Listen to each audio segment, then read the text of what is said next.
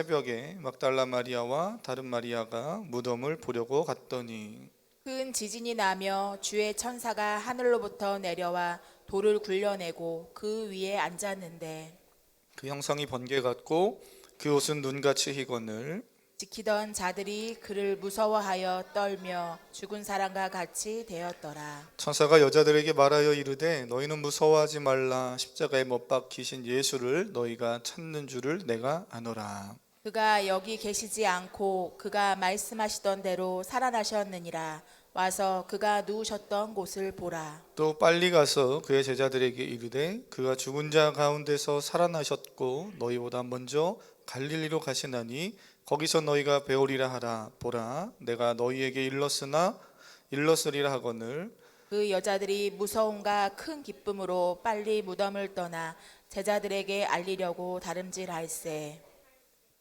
예수께서 그들을 만나 이르시되 평안하니 하시거늘 여자들이 나아가 그 발을 붙잡고 경배하니 이에 예수께서 이르시되 무서워하지 말라. 가서 내 형제들에게 갈릴리로 가라 하라.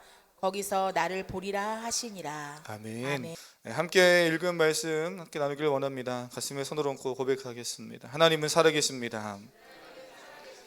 지금도 나에게 말씀하십니다. 이 시간 내 마음을 열겠습니다. 말씀을 믿음으로 받겠습니다. 성령님 역사해 주세요. 할렐루야. 예수님 역사하시는 줄 믿습니다. 네. 저를 따라한다는 거 얼마나 참 저와 함께 소통한다는 건 너무 귀한 일이죠. 저도 어디서 세미나나 또는 뭐 교육이나 회의가 있어서 참석해서 이렇게 앉아보면 앞에서 뭔가를 이렇게 시킬 때 있잖아요. 마음이 닫혀 있을 때는 뭘 시켜도 안 합니다.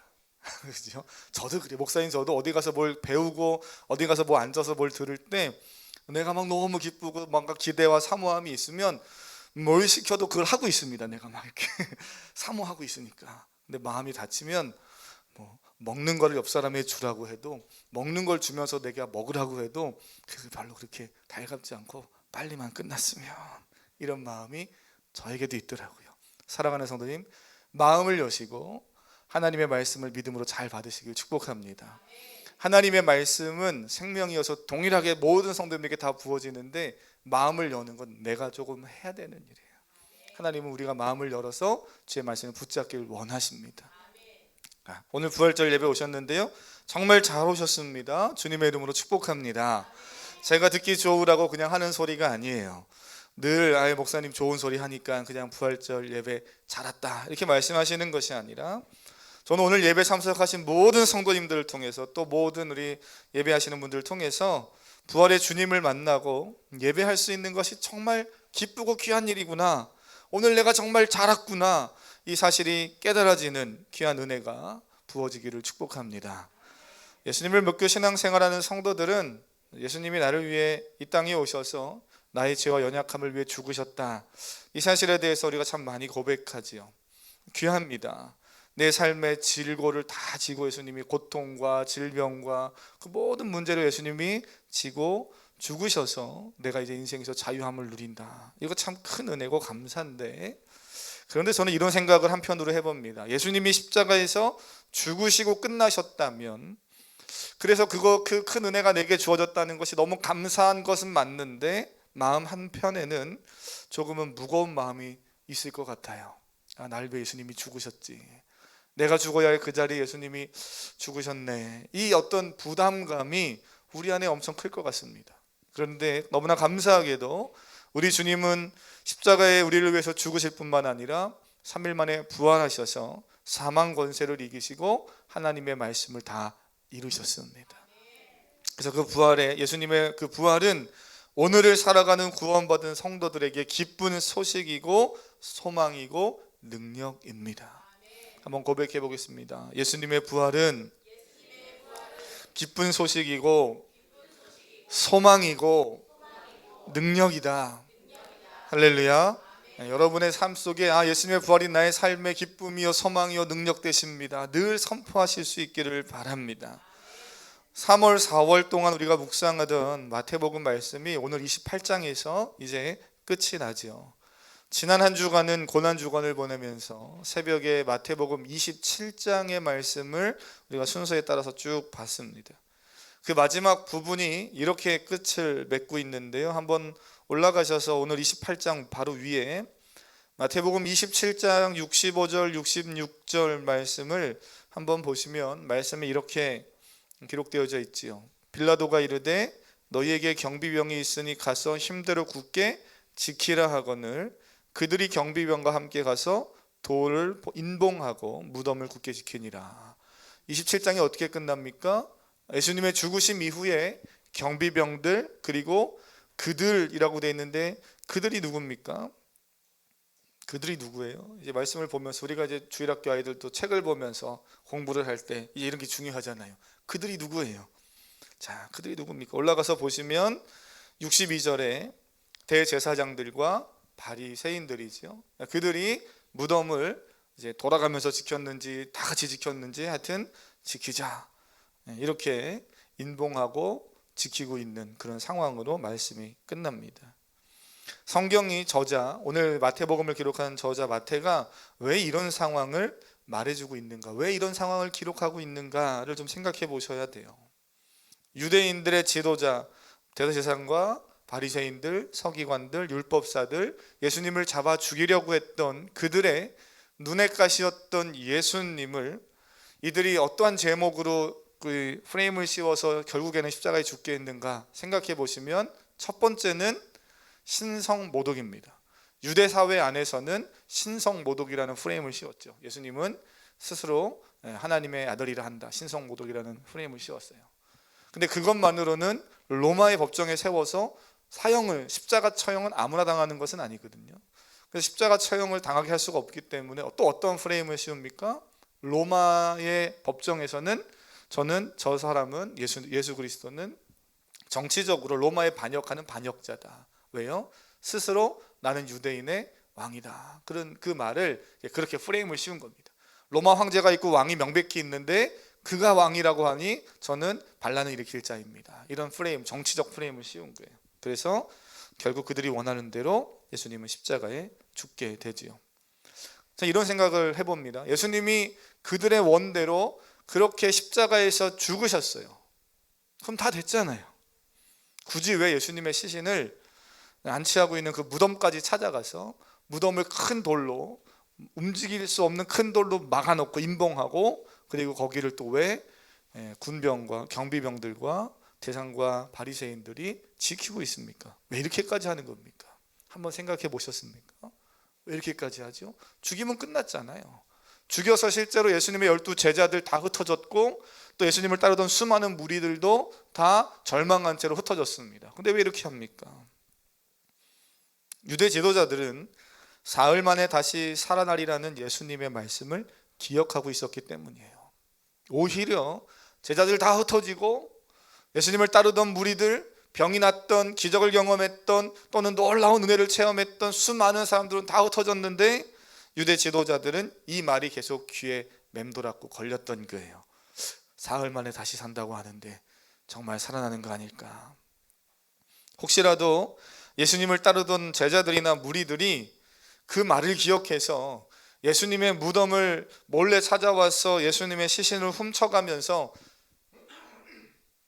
두 가지를 걱정하는 거죠. 지금 경비병이나 예수님을 죽인 이 무리들은 예수님이 실제로 부활했을까 봐 하나 걱정하고, 또는 부활하지 않았더라도 그 따르는 무리들이, 제자들이 예수님의 시신을 훔쳐가서 부활했다고 주장하게 되면, 그러면 많은 예수를 따랐던 무리들이 어떻게 보면 야, 예수님이 정말 말씀대로 부활하셨구나 하고 더 많은 사람들이 모여들 것이라는 걱정 때문에 부활을 해도 걱정, 부활을 안 해도 걱정. 그래서 이 유대 지도자들은 그렇게 예수님의 무덤을 지키고 있었던 거예요. 그래서 경비병들까지 세웠던 거죠. 그리고 오늘 이어진 28장으로 넘어와서 한번 보시겠어요? 1절 보시면 안식일이 지나고 안식일이 다 지났다 이렇게 말합니다. 그리고 안식 후 첫날이 됐다 이렇게 말해요. 안식일이 다 지나고 안식이 첫날, 안식 후 첫날이 되는 이 시간은 우리의 시간으로 하면 주일 이른 새벽입니다. 오늘이 주일이잖아요.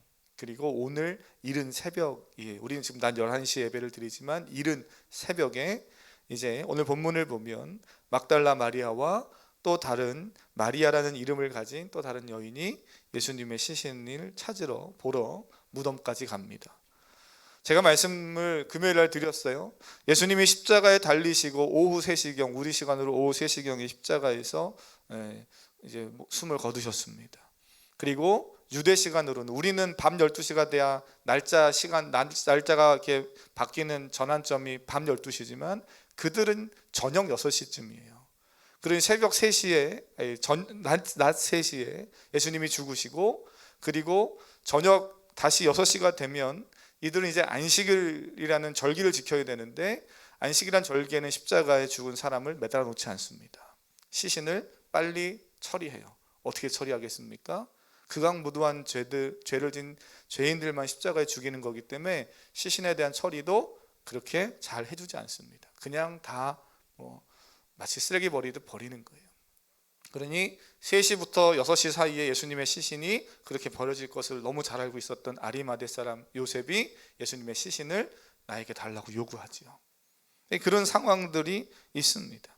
그런 상황에서 지금 예수님의 시신을 어떻게 깨끗하게 잘 보존하고 뭔가 이렇게 향품을 발라드리고 이러고 싶은데 그럴 시간적 여유가 없는 거예요. 빨리 빌라도에게 가서 시신을 달라고 요구하고 매달려 있는 예수님의 시신을 다시 받아다가 자신의 아리마대 사람 그 요셉이 자신의 무덤에 예수님을 안치하고 또 이렇게 잘 그래도 최선을 다해서 그 시간 내에 이렇게 예수님의 시신을 안치하는 그 과정이 3시간이 너무 짧았던 시간이죠.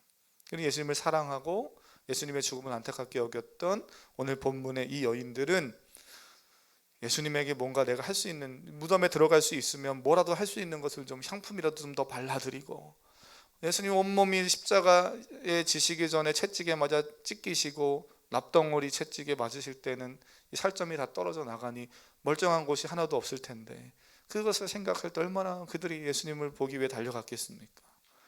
근데 예수님의 무덤은 굳게 닫혀 있고 그리고 경비병들이 지키고 있는 상황이죠. 근데 놀라운 사실은 이러한 상황으로 27장이 끝나고 28장으로 넘어오면서 이 모든 상황을 우리가 좀 생각하고 말씀을 들으셔야 돼요. 마리아와 또 막달라 마리아가 그 무덤에 다가갔는데 어떤 일을 이들이 경험하게 됩니까? 2절부터 보시면 큰 지진이 나며 주의 천사가 하늘로부터 내려와서 그 꽉 막혀 있는 돌문을 굴려버립니다. 그리고 그 위에 앉아서 대화하는 장면이 오늘 우리가 읽은 본문의 장면이죠.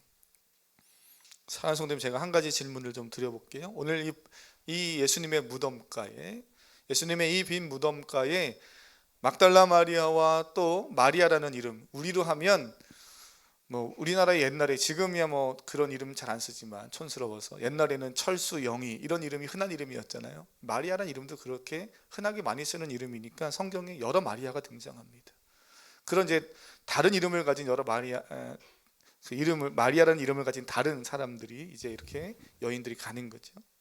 그 여인들이 그곳에 도착했을 때 물론 예수님의 천사도 만나고 여러 가지 일들을 경험하는 이 말씀에 자세한 설명은 없지만 저는 가만히 말씀을 보니까 그 현장에 누가 또 함께 있습니까? 한번 생각해 보세요. 누가 또 함께 있어요?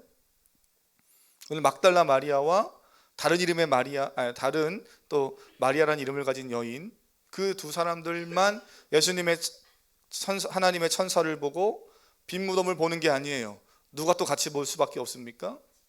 그렇습니다.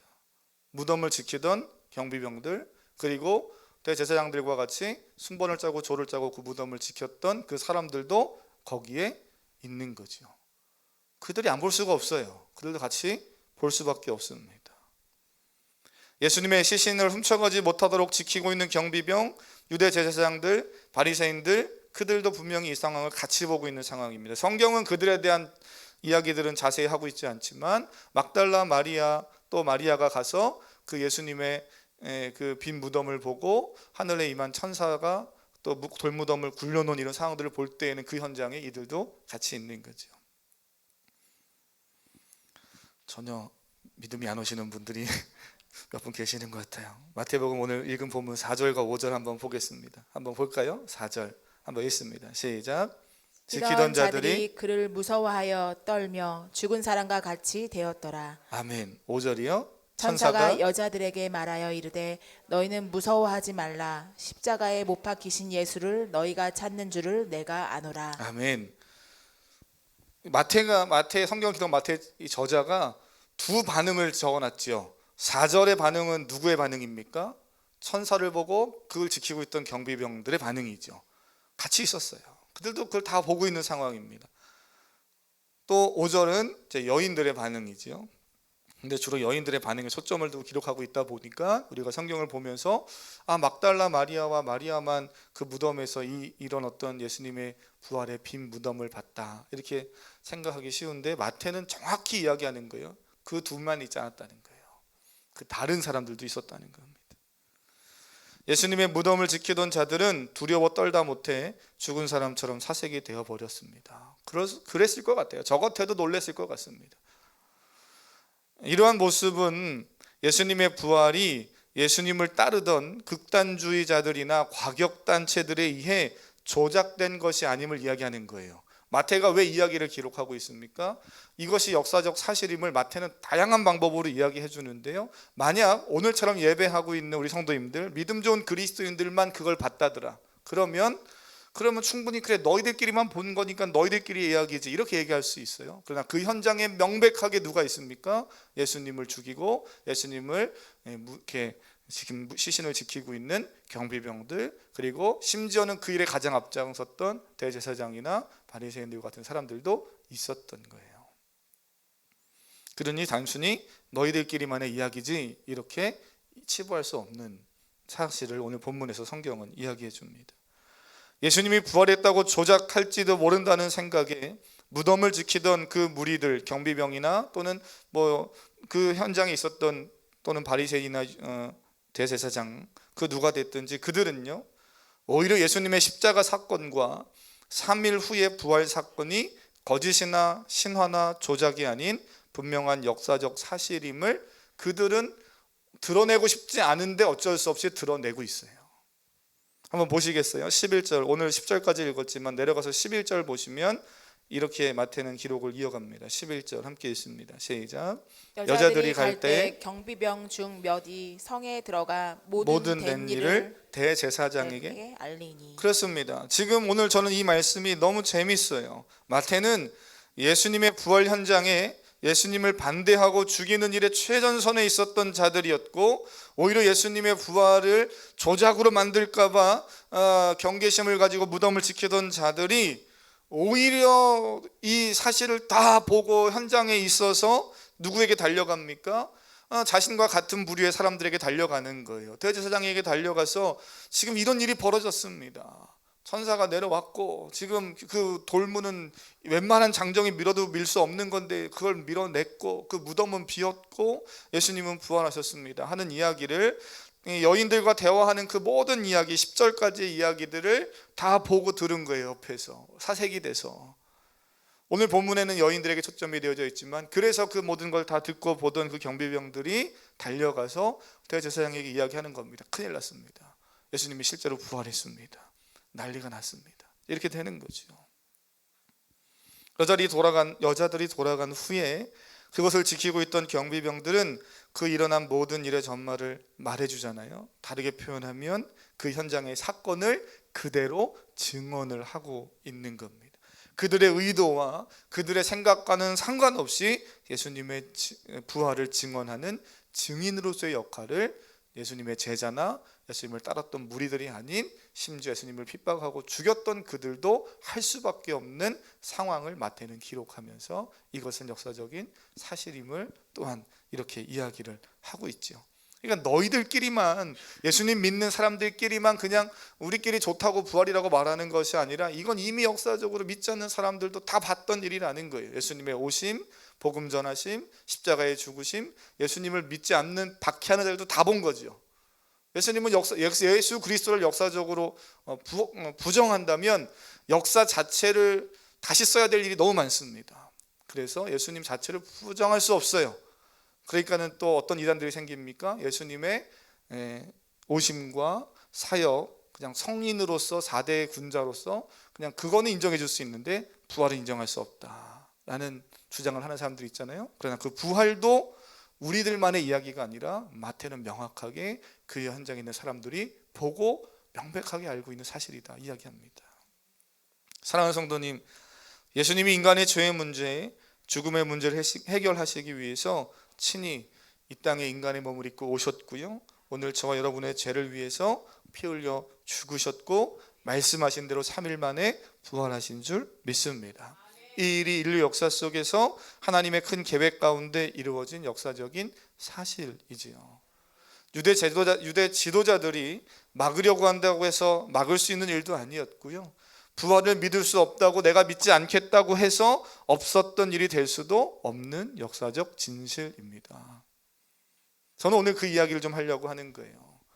오늘 어차피 셀 모임도 없고 성찬식도 하고 특송도 하고 평소보다는 한 10분 정도 예배가 더 늦게 끝나겠다 했는데 예상대로 조금 시간이 오바됐지만 요 남은 시간 동안 한 10분 정도 제가 그 부분을 성도님들과 함께 나누려고 합니다. 역사적 부활, 예수님의 부활은 오늘 설교 제목에 사실입니다 그랬잖아요. 역사적 사실이죠.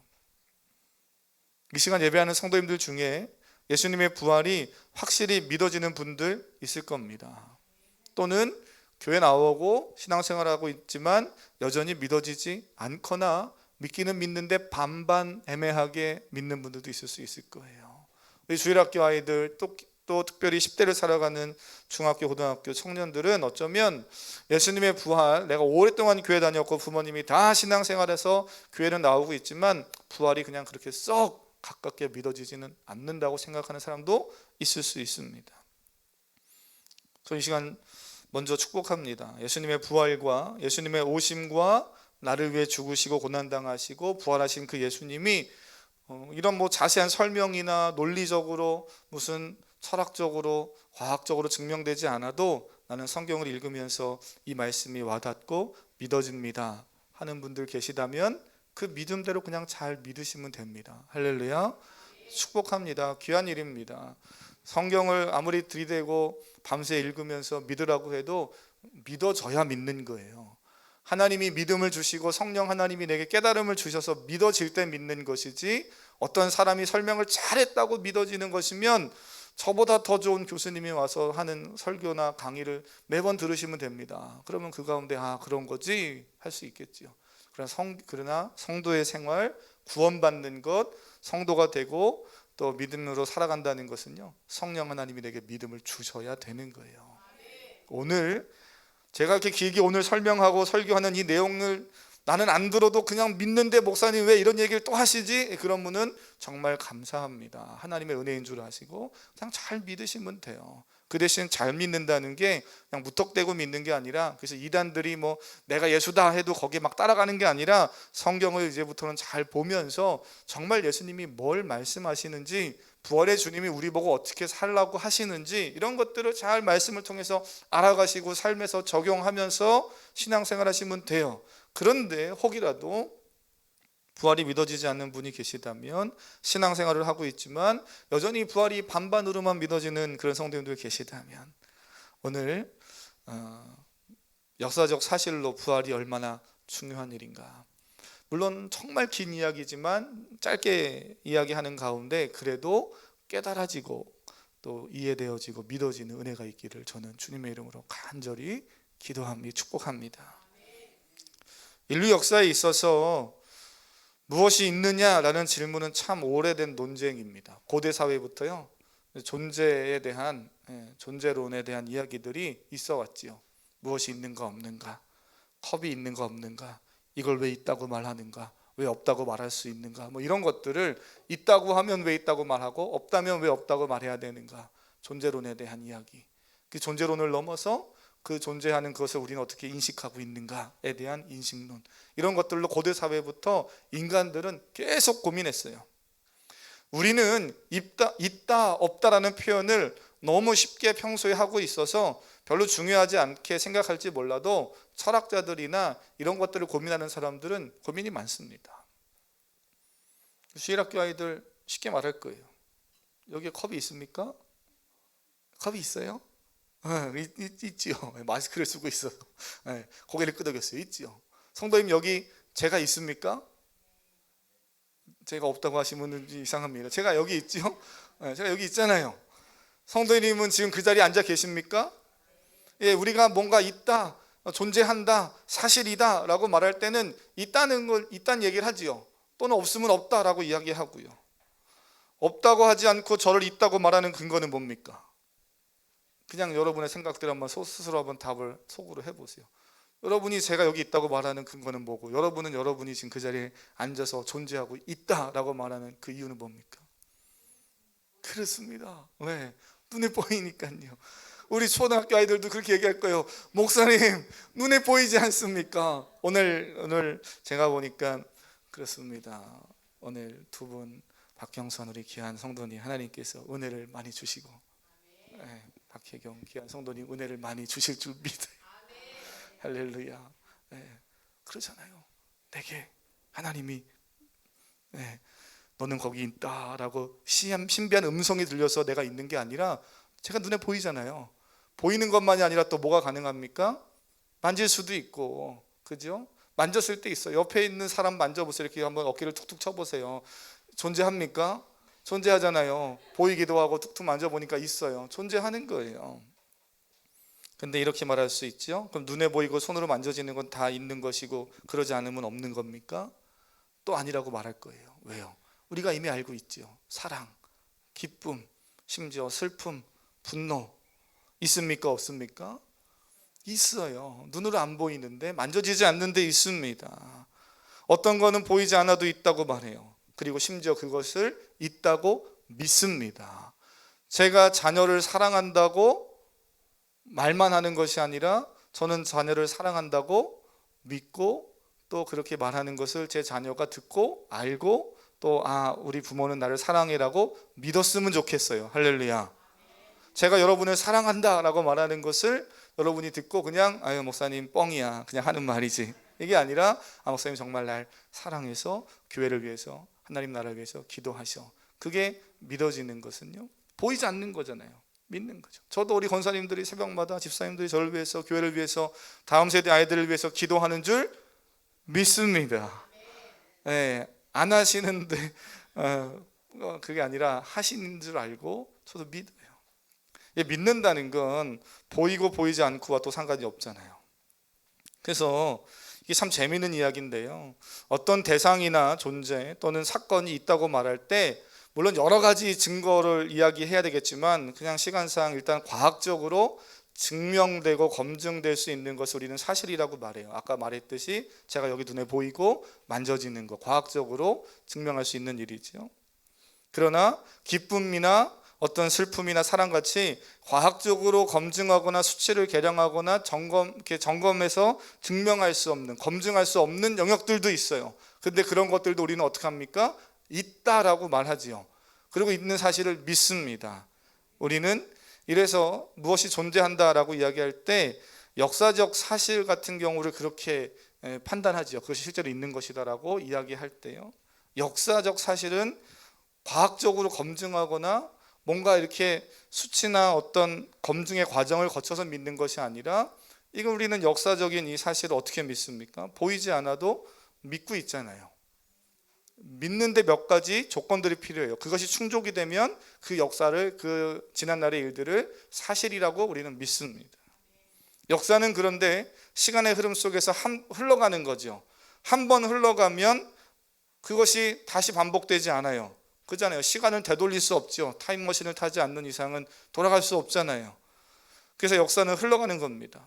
물론 후대에 다시 재해석되기도 하고 기록되는 역사가 있지요.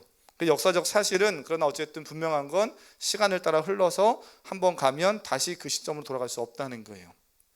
근데 그것을 어떻게 검증할 수 있습니까? 예를 들면 이런 거죠. 3.1운동 때 우리나라의 3.1운동은 그때 그 순간 한번 일어난 사건이잖아요.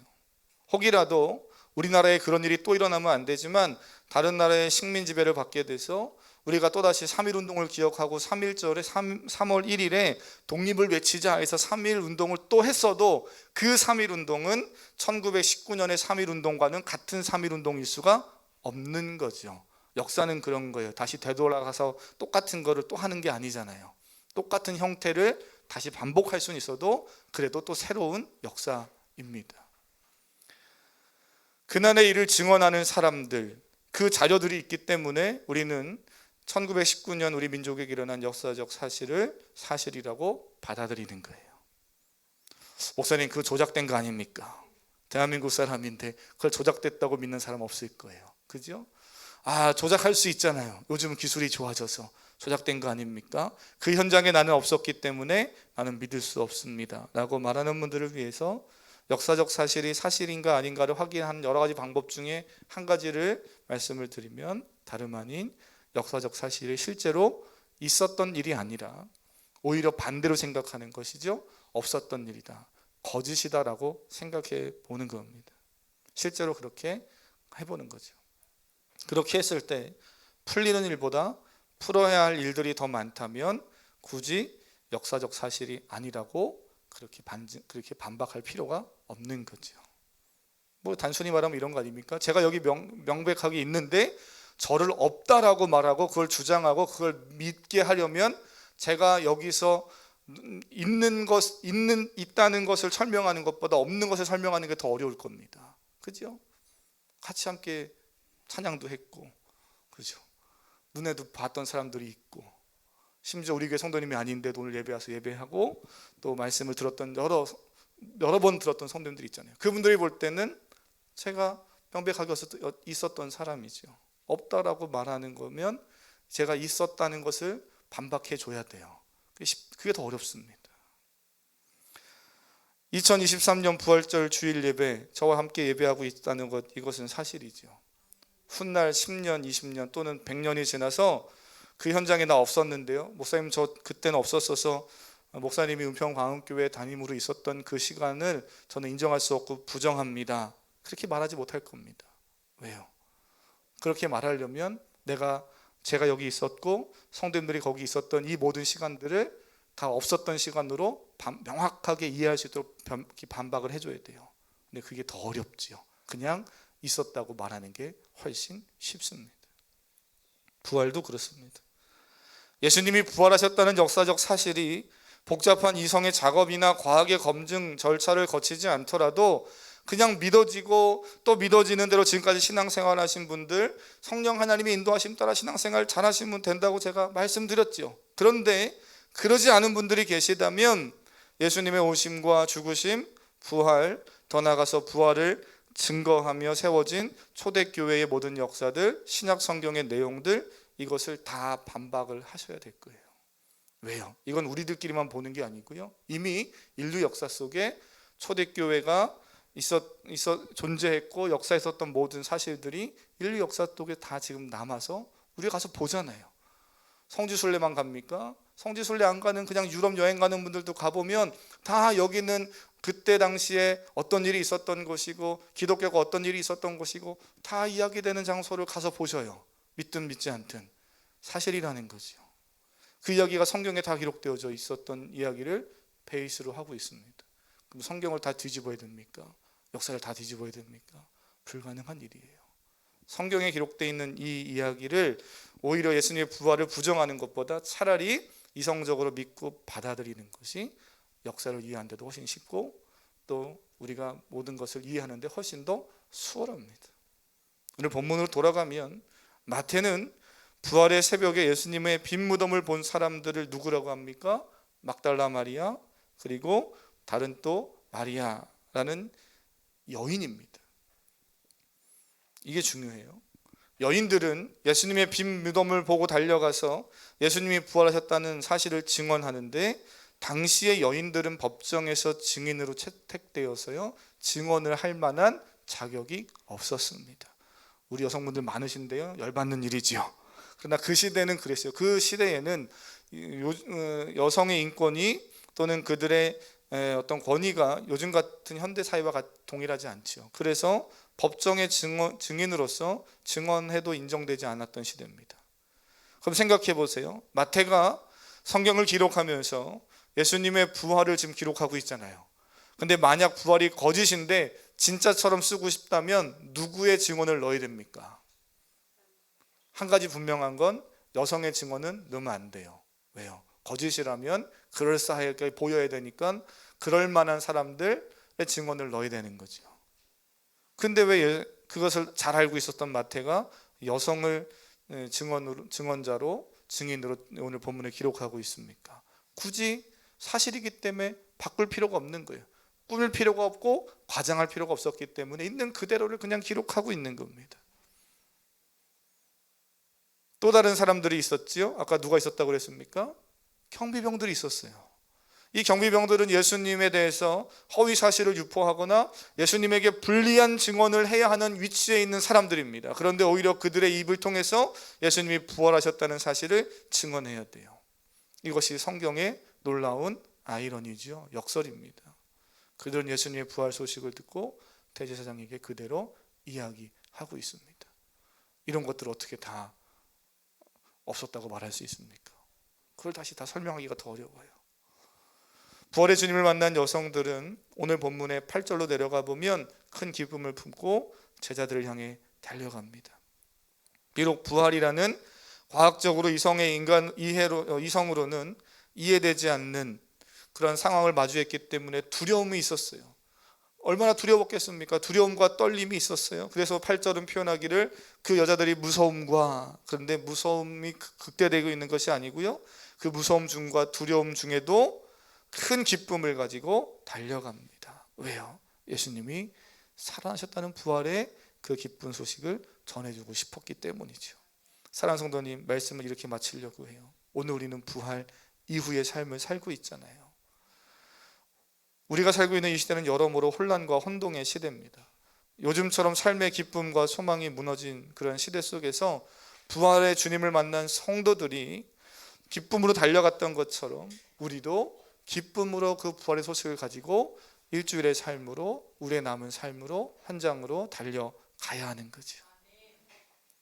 첫 번째 어떻게 해요? 기쁨으로 세상으로 달려가는 여러분 될 수 있기를 축복합니다. 두 번째는 뭡니까?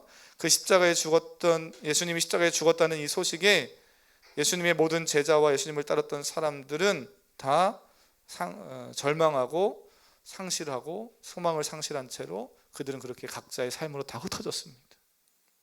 어떤 사람은 고기 잡으러 가고, 어떤 사람은 그냥 다시 세상으로 가고, 넋을 잃고 있었는지도 몰라요. 그들에게는 소망이 무너졌습니다. 그런데 그 꿈과 소망과 기대가 다 무너진 그들에게 부활 소식은 예수님이 십자가에서 죽으셨다가 육체로 다시 사셨다, 단순히 육체가 다시 살아났다라는 의미 이상이죠. 처음에는 어리둥절하고 믿어지지 않았지만, 부활이 잘 와닿지 않았지만, 그들은 이 여인들이 전해주는 기쁜 소식을 듣고 그들의 무너졌던 삶의 소망에 다시 소망이 생겼던 겁니다. 오늘 저와 여러분에게 부활의 소식이, 그 부활의 예수님을 만나고 살아가는 것이 소망이십니까? 저는 여러분 안에 이 소망이 있기를 축복합니다. 아이들에게도 이 소망이 있어서 공부를 하든 무엇을 하든, 예수 그리스도가 나의 소망이 되신다. 그래서 예수님의 제자들은 그 부활의 주님을 만나고 예수님을 위해 복음을 전하는 일에 자신의 인생의 모든 걸 다 드렸죠. 때로는 그렇게 목숨을 다 드려서, 삶을 다 드려서 예수님을 증언하는 삶을 살았습니다. 두 가지의 삶이 여러분에게 있기를 원해요. 첫 번째 무엇이요? 부활의 기쁜 소식을 세상에 기쁘게 전하며 살아가는 삶. 그 부활의 기쁜 소식을 전하면서 삶에 무너진 절망과 고통 가운데 있는 세상에게 소망을 주는 삶. 이 두 가지의 삶이 오늘 우리 은평광흥교회 사랑하는 모든 성도님들에게 가득하기를 주님의 이름으로 축복합니다. 오늘 이 찬양을 함께 좀 배워보면서 고백을 하려고 하는데요.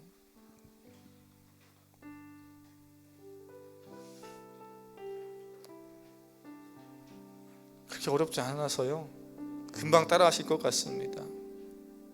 때로는 숨을 쉴 수 없을 만큼 많이 아프고, 때로는 우리가 하나님을 찬양할 수 없고, 때로는 내가 숨을 쉬는 것보다 차라리 죽는 게 더 낫겠다 싶을 만큼 인생이 괴로울 때, 그럴 때에도 하나님을 찬양할 수 있고, 또 우리가 다시 일어서서 오늘 우리에게 주어진 우리의 삶을 살 수 있는 건 나를 위해 죽으신 예수 그리스도, 부활이시고 생명이시고 능력이 되신 예수 그리스도 때문입니다. 할렐루야.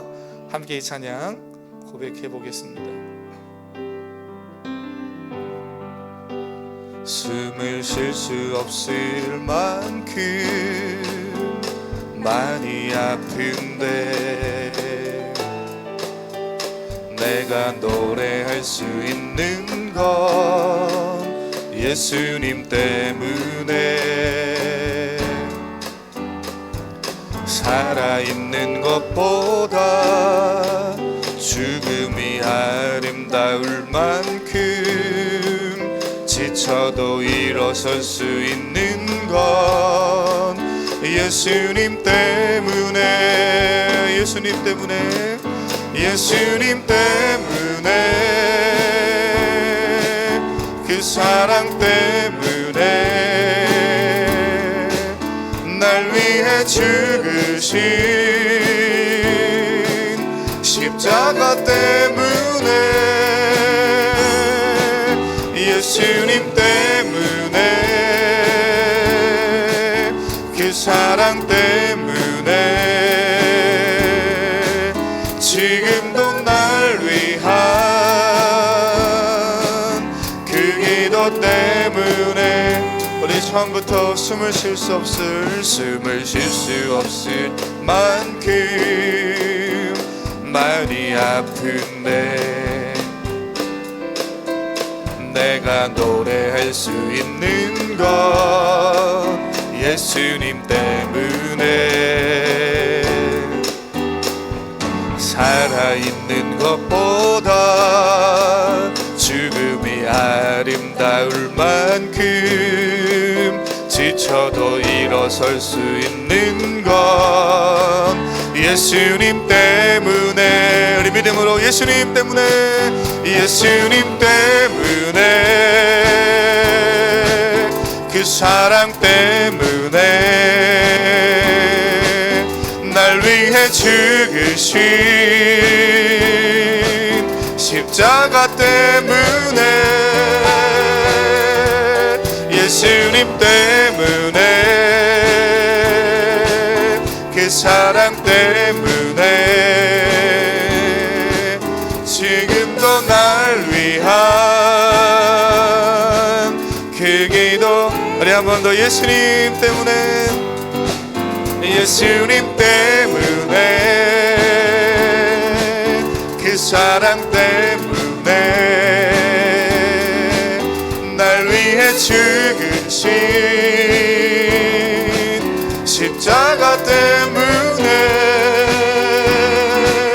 예수님 때문에 그 사랑 때문에 날도 날 위한 우리 한 마지막으로 예수님 때문에 당신이 구원받았습니다. 예수님 때문에 그 사랑 때문에 증위해 죽으신 십자가 때문에 예수님 때문에 그 사랑 때문에 지금도 날 위한